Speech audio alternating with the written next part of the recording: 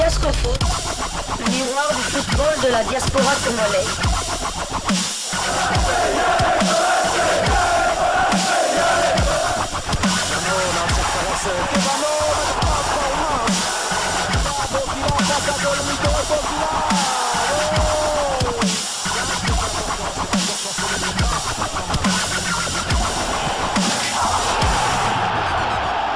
Diascofoot, le miroir du football de la diaspora congolaise.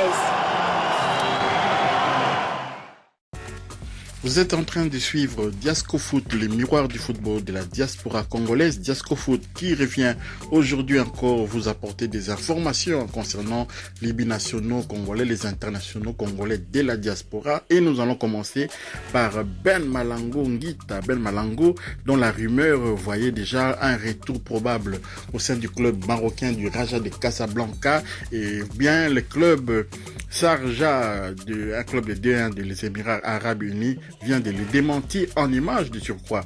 Parce que Ben Malango a repris du service avec son équipe, Sharjah, je le disais, club de D1 des Émirats Arabes Unis.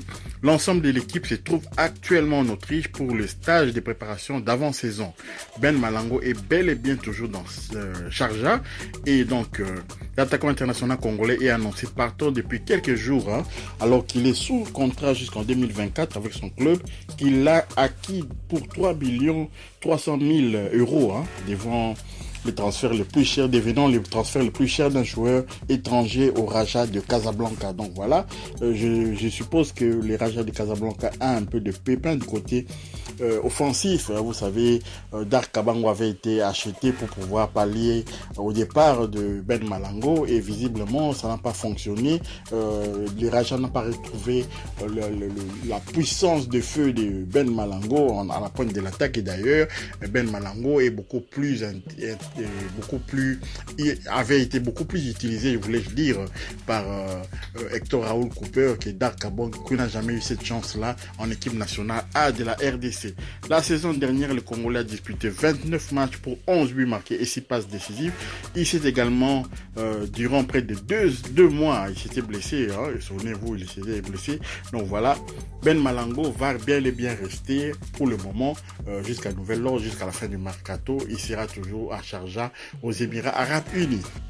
Voilà, quelques brèves maintenant, c'est la reprise comme vous le savez un peu partout, la 2-1, la première ligue anglaise a repris, en Turquie également ça a repris, ça reprend un peu partout, en Belgique également. Et là on va se rendre au Beşiktaş Istanbul, parce qu'encore on va en Turquie maintenant, c'est le Beşiktaş qui nous intéresse au plus haut point, parce que nous avons deux internationaux au sein de cette formation, il s'agit de Jackson Muleka et également de Arthur Masuaku qui venait tout récemment de signer dans ce club prêté par West Ham, comme vous le savez.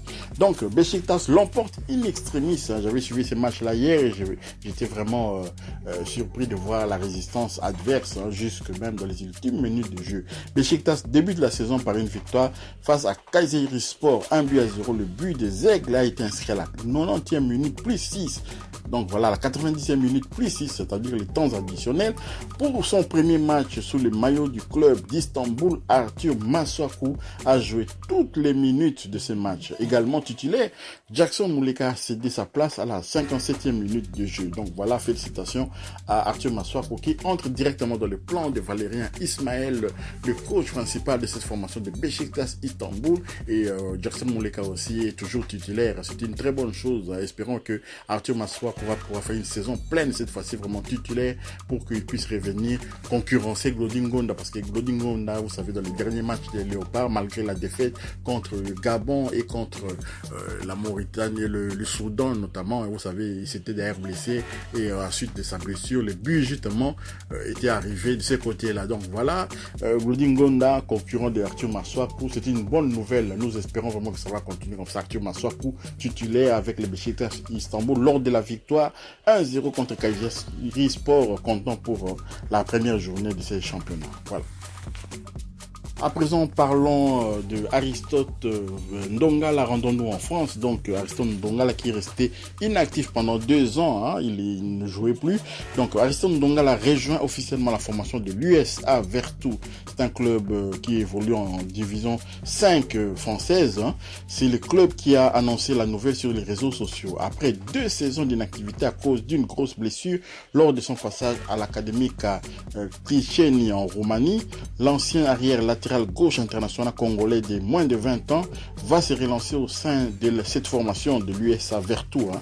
Il aura besoin de retrouver toutes ses sensations avant d'aller voir ailleurs, donc avant d'espérer revenir à un niveau un niveau supérieur. Âgé aujourd'hui de 28 ans, le joueur formé au FC Nantes est passé par la Belgique également, la Bulgarie, au Chemo Mort Vama, voilà, où il est parti tenter sa chance avant de se blesser. C'est voilà, dommage, il revient maintenant en France en D5.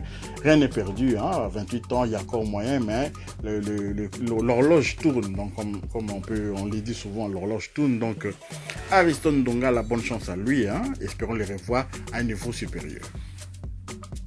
Un tour en championship anglaise pour clôturer ces numéros de Diasco Foot. On va vous donner les résultats qui concernent 2 internationaux congolais, voire même 3. Donc voilà, on va commencer par Millwall et Benik Afobe qui ont été battus. Millwall, Benik Afobe qui avait donné quand même beaucoup d'espoir lors des matchs de préparation. Face à Sheffield United, le club de Millwall n'est pas parvenu à inscrire les moindres buts. Les Lions se sont inclinés sur le score de 2-0.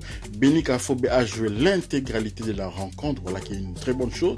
Les Lions sont 9e au classement général actuellement. Donc voilà, Millwall avec Benik Afobe titulaire, défait 2-0 contre Sheffield United. C'est l'information que nous voulons partager avec vous aujourd'hui pour ce numéro de Diasco Foot. Et on va rester toujours en championship, parce qu'en championship, là, on a encore d'autres Congolais, notamment dans le club de Burnley et Samuel Bastien, le club entraîné par Vincent Kompany. Hein.